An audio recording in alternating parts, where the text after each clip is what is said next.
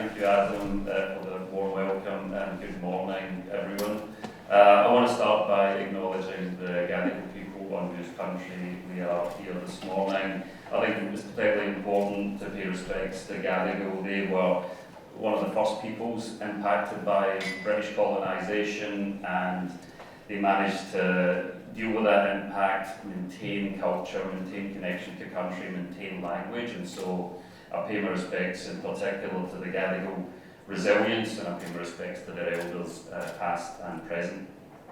So I'm going to have a bit of a yarn with you all this morning, and I'm going to talk through a little bit about myself, a little bit about my career journey, and then I've asked to provide some sort of career advice, or some tips and tricks I've picked up along the way, and hopefully you find that helpful.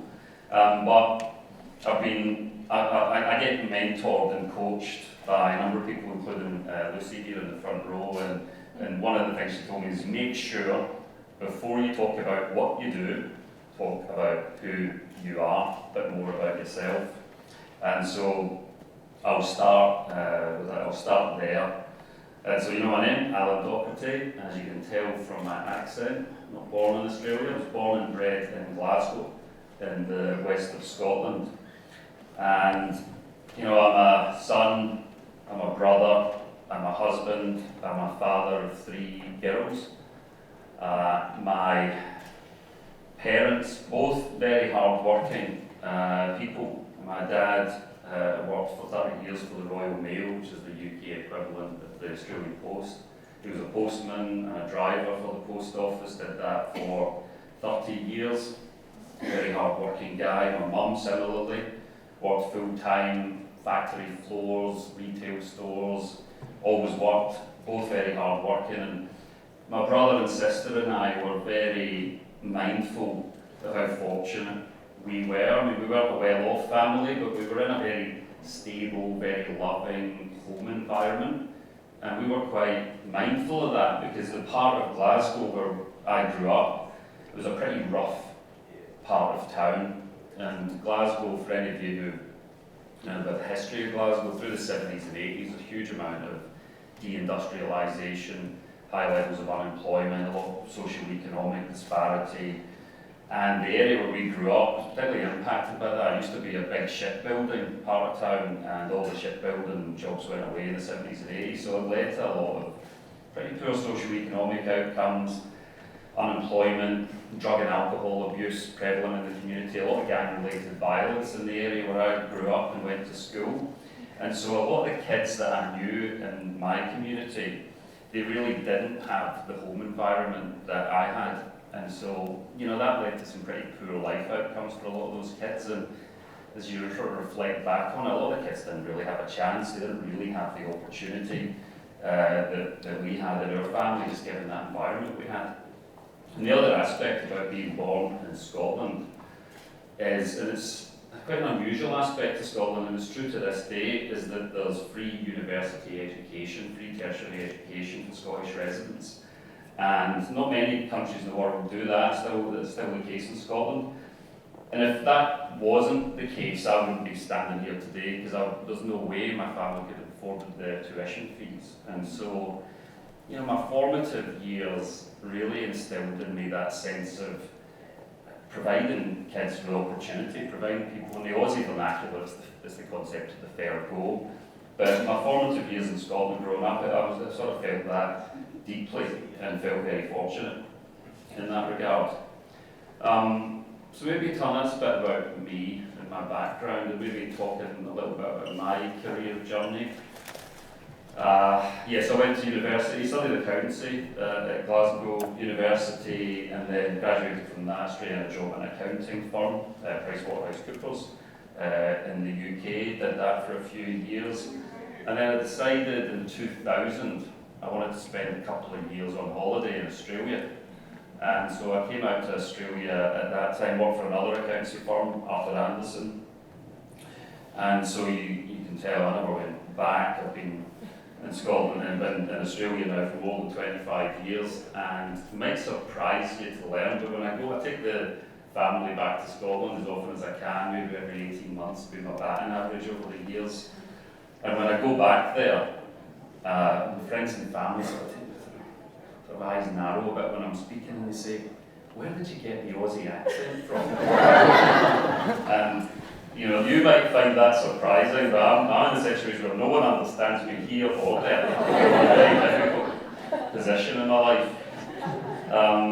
2003 then is when I joined Commonwealth Bank, so I've been at Commonwealth Bank nearly 23 years. This is my 7th role in that time, so I've sort of moved around the organisation. I've been lucky enough to move around and rotate. I've been in my current role as CFO since 2018, and those of you will recall back then, CBA had gone through a lot of reputational damage around that time. We had some very well publicised missteps around financial crime compliance, around conduct, governance, accountability. We were on the front page of the newspapers nearly every day for all the wrong reasons. We basically created the grounds for a Royal Commission and a misconduct in banking in that time period. So as you can imagine, inside the organisation, a bit of organisational turmoil. Heaps of executives, senior leaders were leaving the organisation. Either they were asked to leave or they decided it was time to leave. So there was a huge amount of churn in the organisation. This was right at the time when Matt Common started his tenure as CEO in 2018. And so when I was appointed CFO, frankly, it was as much a surprise to me as it was to anyone else, because it was a little bit like, remember the 2002 Winter Olympics when Stephen Bradbury, had all these much faster, stronger rivals that all managed to sort of fall into each other and just sort of skated over the line and got the goal. It was a little bit like that in 2018 when I became the CFO, but sometimes in life it's better to be lucky than right, and so you got to sort of, being in the right place at the right time, sometimes helpful. And as Brooke mentioned, a really important part of my role is executive sponsor for Docherty, Come Together You Mob, our employee reconciliation network, and the Indigenous leadership team, a group of really talented First Nations people who are elevating and representing the voice of our Indigenous talent within the organisation. So really honoured to be in that role. One of the nice things about being CFO is you're sort of in a reasonable position to sort of beg, borrow and steal resources in order to get programmes up and running that we think are going to be a good idea, and then if they work, those programmes can then scale more broadly across the enterprise. And having a sort of amazing group of people in our function to sort of try these things, try these programmes. And so we've had a number of examples of things that we've been able to scale more broadly across the group and that we're really excited about. A number of years ago, my team came up with the concept of having an employee wellbeing officer who's solely dedicated on our First Nations employees within the finance function. That was an incredible success, so much so then that enterprise-wide that's been scaled, and our Human Resources Department has got that function on behalf of the whole group's First Nations employee group, so that was really exciting to see. More recently, in the last couple of weeks, we inducted the inaugural, what we're calling the Indigenous Futures Programme. So we've got a number of really talented First Nations employees who we're bringing into the organisation. And what we want to do is rotate them around, have a number of different experiences across a number of teams within my function. And then at the end of 12 months, they can work out what areas felt like the best fit, how did the work feel, what do they want to be doing in terms of next steps. So then they choose an area after 12 months, and that gives them a nice sort of entry into the organisation. Now that Indigenous Futures programme, that was designed by our First Nations employees. There's a huge amount of cultural component to that 12-month period and community component, and we think that's incredibly important. So that's an example of a programme. I'm going to try it in my area. I think it's going to go well, and then we're hopefully going to scale it more broadly across the organisation in the years ahead.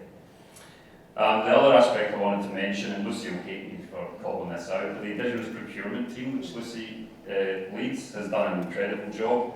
Part of our reconciliation action plan, very focused on how do we do more business with First Nations owned businesses as suppliers into the organisation. So as part of the targets last year, for the last financial year, the target set for Lucy and her team was to grow that spend by 10% year on year. Lucy and her team blew through 10%. They delivered 177% increase in First Nations supplier spend, so that's now north of $60 million. We're going to go way higher than that in the years ahead, but the momentum there is really great to see. But there's always more that any organisation can do. As we heard from Adam, there's still a lot of work to do more broadly around closing the gap in this country. We've got our part to play in that. We're far from done. There's a lot more we can do. We're always looking for new ideas, better ways of doing things, new initiatives. And as part of our broader organisational purpose, the CBA purpose is about building a brighter future for all. We see this element an incredibly important part of that, and that's why I'm here this morning. I thought maybe I'd turn then to, before we go to Q&A, and I'm very open to any questions that any of you have through that Q&A process, but I thought I'd give you some career advice and some things I've picked up along the way, and I thought I'd split that into 4 pieces. So one is this purpose, this idea of purpose and finding purpose in your role. I'll talk a little bit about that. Secondly, I will talk about self-awareness. I think the importance of self-awareness. Thirdly, humility. And fourthly, this idea of sponsorship. So these are the pieces that I think are super important as you think about your own career journey. And so maybe starting with purpose, and I mentioned the CBA purpose. And it's not a slogan, building a bright future for all. Anyone who knows CBA and all of our stakeholders, and I talk a lot to our big shareholders in my role as CFO, people get that CBA only does well if the country does well. If the economy's not going well, if households and businesses aren't doing well, then CBA won't do well. So we feel that's a very important part of the purpose of the organisation. And you think about alternative vision statements or missions, whatever you want to call it. I'm a Scottish accountant, so you'd think I like numbers, but if our purpose was maximise the earnings per share or the return on equity or the dividend per share, well, doesn't exactly get the juices flowing from a career perspective. Building a brighter future for all, we can all connect with that. We can all try and work out what does that mean for us in our role. And so I'd encourage all of you, whatever field you're in, whichever organisation you're in, whatever you choose to do, try and find that purpose and meaning and the connection to that purpose and meaning in your job. It's one of the wisest bits of career advice I've ever had was from an Australian called Peter Baines, who I listened to a number of years ago. And Peter Baines his role was disaster victim identification. He was a forensic policeman, and he had the sad task of being seconded to Thailand in 2005 after the Boxing Day tsunami to do victim identification. And he did that, it really changed his perspective. He quit his job at the Federal Police and started a charity called Hands Across the Water that's now been, I think, just celebrated its 20th year in the last 12 months, helping Thai kids who were maybe orphans of that disaster. And one of the things Peter Baines said, which I think was very simple and very profound, and it always stuck with me, and it was love what you do or change what you do. And that's always stuck with me. I think it's really hard if you don't find the deeper purpose and meaning in whatever you're doing to get energised by it. And so that, first and foremost, I'd say try and find that purpose and meaning, connect what you're doing to the broader contribution. What is it you're doing that's actually bigger than yourself and actually even bigger than the company if it's a profit-making enterprise? Try and find that connection, try and find what works for you, where you can find that meaning. I think that's probably the most important piece of advice that I can give people as they think about career. We all spend a lot of our time, whatever we choose to do for work. Obviously the day goes in a lot quicker if you feel like you're making a contribution, making a difference. So I think that's very important. The second piece then is around self-awareness.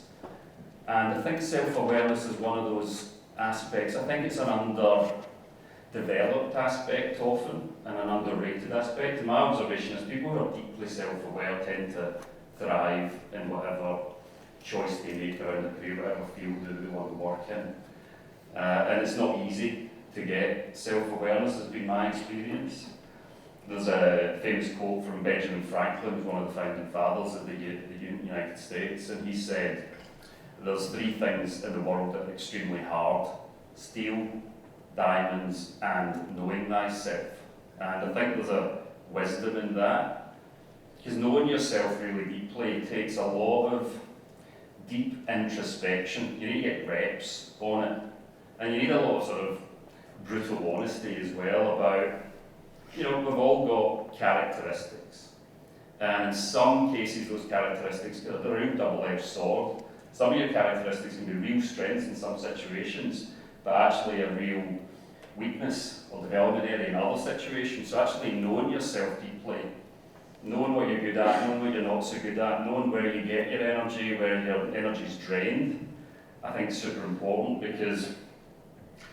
and it's not about sort of dwelling on inadequacies. And a lot of development planning, I find it a little bit, my development points, frankly, I've had the same development points for 20 years. I'm not sure that I'm making much progress on some of these development areas. Actually, I think far more productive. Know your strengths and work out how do you play to those strengths? How do you form a place in an organisation, whatever you choose to do, where you're playing to those strengths regularly? Don't worry too much about what you're not good at, but understand what you're not good at, because then you can work out tactics. Maybe I've got a colleague who's really good at something I'm not good at, and so I just work closely with them to make sure that they can compensate for me in areas where I'm maybe not getting my energy. So I think self-awareness, very sort of underrated and actually a hard thing to get good at, to get really deeply introspective and very honest with yourself. So I'd encourage you all to think about that, think about your own level of self-awareness. Do you really have a good understanding of that? Thirdly, this concept of humility. And I think with humility comes, sort of someone who's humble, hard-working. I think that combination of humility and hard work is actually probably the behaviours that I've seen most correlate with people who are successful in whatever their chosen field is. And it's a sort of obvious point, because you think, what's the opposite of humble and hard-working? Well, it's arrogant and lazy. And so there's not many arrogant and lazy people who do particularly well in any field, so I think it's sort of obvious in many ways. And sort of related to that point around the behaviours, the humility, the values, I had a really, something really insightful that Matt Common, our CEO, told me once, which has always stuck with me. It was around, if you're making a decision around who to hire for a particular role, and the example was you've got candidate A, and candidate A is very highly capable, deeply experienced, strong subject matter expert, knows the function or the task inside out, but you've got your doubts around character, you've got your doubts around their behaviours, their values, and then you've got candidate B. Candidate B is not as technically strong, not as capable as candidate A, but you've absolutely no doubt about their character. And his advice to me was always choose character, always choose candidate B. Never compromise on character. If you've got a choice between capability and character, choose character every day of the week. And over my career, as I've sort of thought about that and observed that, every time candidate A is chosen, it's generally, it's bad for them, it's bad for the organisation, bad for the team. And so those values, the humility aspect, the hard-working aspect, I think is an incredibly important combination in any walk of life. And then lastly, before we go to Q&A, I wanted to touch on sponsorship. And sponsorship is different from mentorship. I've had the benefit of strong sponsors throughout my career. Sponsors, it's an active role, it's not a passive role. We all suffer through our careers from the same problem. It's called the agent problem. And the agent problem means when people are making decisions that are really important for you in your own career, you're often not in the room. There's some other room having a discussion about you or a discussion about a role or whatever it might be. And you need an agent in that room because you're not in it. And the agent needs to really know you well, back you, and really support you and push you into get these opportunities. So we've all got a vision of this agent problem, and that's what a sponsor brings. You want the sponsor in the room, the sponsor knows you, the sponsor's pushing your boat, because you're not there to push it yourself. So I think sponsorship's an incredibly important piece. And then you might say, well, that's all well and good, Alan, but how do I get these sponsors? And this part of my advice, I don't think there's anyone from HR in the room, because HR never like when I say this. But I say this every time this topic comes up, I say the same thing, and HR always wins. Because what I would say is, whatever you're doing, if your direct boss if you don't feel your direct boss is your biggest sponsor, get another boss. Change roles, because you work most closely with that person, they know you inside out. If you don't feel they're your agent in these rooms, then find another one. And so HR don't like me saying that, because I'll probably create a little bit of internal attrition and movement when I say that, but I think it's super important. It's stood me in good stead for my career, and I'd encourage you all to think about who your sponsors are, whether your direct boss is your biggest sponsor, because I think it's super important. So with that, I think we're going to move to Q&A. So, I mean, thanks very much for having me along this morning. Great to be part of this important event. I think we're going to, so Brooke and Lucy, we're going to do a bit of Q&A, and I think we're going to open up for questions. So, thank you very much.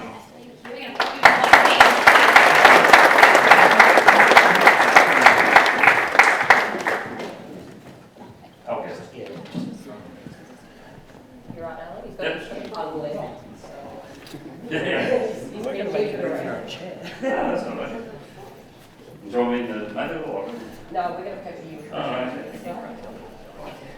Yeah, so we've got a hard start and a hard finish, I should say, at 9:30. And one of the reasons the main reason is, I forgot to mention this before, that Alan has obviously taken his time out of his day to be here with us, but also is a board day as well. So another reason we're very grateful. Nowhere else would rather be than Normal.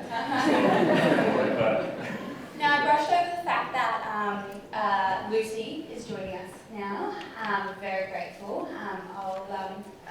Might add at the end a few more words about Lucy, but I'll get you to introduce yourself now, and we'll get straight to questions. Yeah. Hi everyone, my name is Lucy Brereton. I'm a Warramah woman from Foster-Tuncurry. I am a wife, I've got a husband, I've got a daughter. I've got one on the way as well, so I am sick. I am hormonal, so Dad will be great. Will be great. I've been at CBA for 13 years. I, as Alan mentioned, am in our procurement team, which try and bring black businesses into CBA supply chain. Easier said than done, but we have a great team and we're doing great things, so on the up and up. I am co-chair of Docherty, CBA's Reconciliation Network, a part of the Indigenous Leadership Team with Brookie, and I'm lucky enough to have Alan as my mentor as well, so he tells me to do some things and I tell him to do things a lot. Alright, so because we're quick on time, I'm just going to rush into some questions. So Alan, I'm lucky enough to have you as a mentor. In fact, you asked me, you came to me, you're like, will you be my mentor? And I'm like, okay. How have you approached mentors in the past in terms of if you wanted a mentor, what would your advice be to everyone in the group? Should you just go up to someone and say, hey, I love what you're doing, will you mentor me? Or should it be facilitate group? Should you go to your manager? What would be it feels good to do it. I think yeah, just the most people you find are actually really generous with their time in that regard. I very rarely can I think to someone I've asked, if you mind, just have a cup of coffee or whatever it might be. Most people are really open to sharing. And as I said, I think mentoring is great, mentoring is important. I think sponsorship from a career perspective is probably more important than the mentoring relationship. Now, as you said, you're mentoring me more than I'm mentoring you. I think on procurement, you buy and sell me from a procurement negotiation perspective, so I'm not sure I'm teaching you anything about procurement. But you're getting me an incredible amount of support as I'm adopting the sponsorship role on Docherty and ILT. But I think sponsorship, I think that's the key. And one of the other programs, we copied this from another part of the group, and it's now proliferating more broadly. We've got a sponsorship program that we've created to try and marry up. It's like speed dating, but we're trying to take sort of more junior members of the team and put them together with a senior leader who's in a different area. So we're deliberately creating new networks and new sponsorships across the organisation. I think it started in the retail bank, and then we've picked it up in financial services. I think the risk management team are picking it up, so it's starting to catch fire. But one of the things I think that does is it just hijacks the sort of natural biases that people have, because we always worry about unconscious bias. People hire people who are from their crowd, their tribe, their in-group. And what you do with a sponsorship program is you sort of hijack that natural bias and actually create proximity bias. Because the mere fact of spending time with someone, you actually think of them more favourably, and think of them when a job comes up, or whatever it might be. So yeah, I think I'm really passionate about this sponsorship aspect, which is a slightly more active version of mentorship. And I think we've got the cross-generation Big Fans of Mentorship program as well. We've heard great things about that. Yeah. I think that's... I'm excited about that one as well. And been at CBA now for a little while, and such a diverse, portfolio under financial services. Why do you come to work every day? After your period at CBA, what brings you into the office, keeps you inspired, keeps things fresh? Yeah, I think it's trying to be useful is what I come in thinking each day. It's how can I sort of help? Use either my role or my position or any decisions I'm going to make, just try and sort of progress things. So it's not a sort of grandiose aspirations around some high strategy about it. It's actually how do I make things a bit better for the organisation, for the people who work here, for our stakeholders. And so it's just trying to be marginally useful each day and try and contribute. All right, Alan, you recently came in as the exec sponsor of the Docherty. In fact, you campaigned for it. You knocked out some of your competitors, the others. So all of our execs are on a diverse network of exec sponsors. So our exec sponsor, Siobhan Lewis, was in HR. She left, and Alan's like, I want it. So we campaigned hard. You got in. What attracted you? What drew you? Why did you campaign for Docherty? I sort of touched on some of the drivers in terms of my formative years, and I mentioned this, but I don't want to draw any equivalence between the experience that I had and the experience of First Nations people in Australia. But there is some rhymes. There is some rhyming reasons. So the life outcomes, socio-economic outcomes, life expectancy gap between people born in the west of Scotland and the southeast of England is shockingly high. In the same way that the closing the gap issues in Australia is shocking disparities in equality of outcomes. And the same is true for the north of England and parts of southeast of England. Again, function of the sort of deindustrialisation, the unemployment rates, and the sort of centralisation of capital and power into London and the surrounds in the UK. So, as I said, I don't want to draw an equivalence to that. It's very different. But I do think, Alan, that trauma manifests in similar ways, especially generational trauma. So when you think of Glasgow population, like mass unemployment and how people deal with that, that's similar. Yeah, and it goes back to the, how do you sort of help? How do you sort of help provide a more level playing field, more quality of opportunity? And as I read out, I got the benefit of my home upbringing, the tertiary education that was provided to me by the public sector. I got a lot of legs up that helped me, so it's sort of what can I do to give back to help others, particularly First Nations, people in Australia. How do we get an equivalent level of opportunity for that group given this very disparate and unequal outcomes that we see today? Also had some issues with the Brits. Yeah, we go way back on that, but Alan, as you know, Martin Luther King has joined us this week as part of his legacy and leadership tour. So there have been many conversations across the last few days around the cohort of Alumni students around what is legacy, what do you want, what do we want our legacy to be? What are your thoughts on legacy and the legacy that you want to leave for CBA, your team, but also your family as well? Yeah, I think the idea of sort of making a contribution to something bigger than yourself.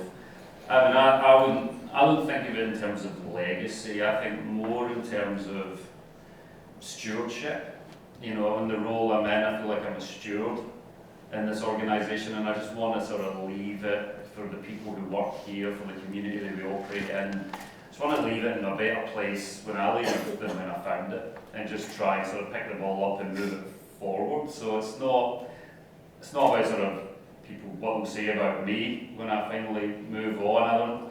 I'm not too sentimental in that regard. I don't have, you know, like grandiose, I want this to be my legacy. It's actually, yeah, he left the joint in better shape than when he found it, and I think that's all any of us can do, whether it's the sort of community that you're in, you know, your community, your home, your country. I think trying to help make it a bit better from the time you started your piece, and then by the time you shuffle off, hopefully I think people say, yeah, he was a good steward, tried to do the right thing, tried to set it up for future generations.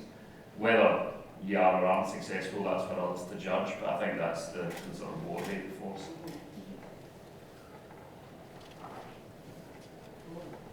Right, so we've only got a couple of minutes left, so we might just finish with some quick fire questions, quick round. This or that. So Brookie and I are just going to throw things at you and you've got to choose one or the other. Yep. Ready? Yep. Go. Consulting or financial services? Financial services.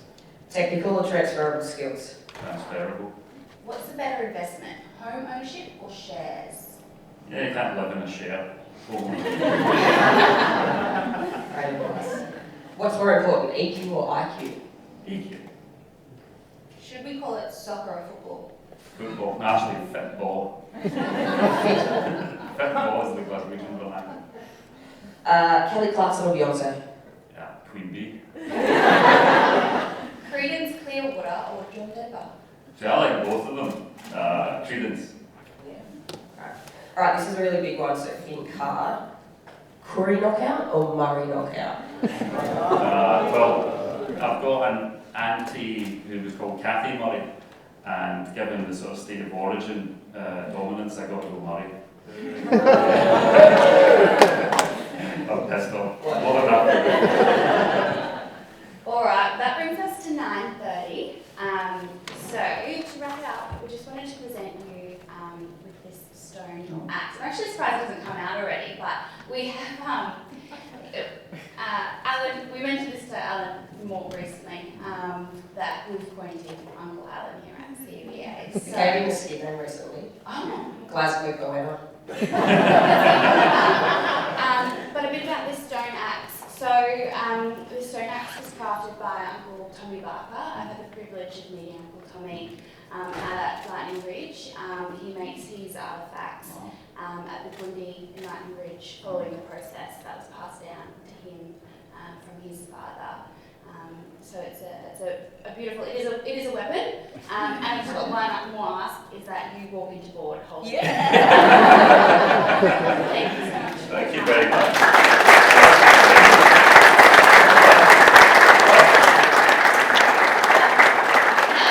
One more thing, and that was just to shame Lucy a little bit. Now, I think I've spoken a bit over the last 2 days around people behind the program or people that influence your career. Lucy, I'm running a bit emotional here. Because I can't handle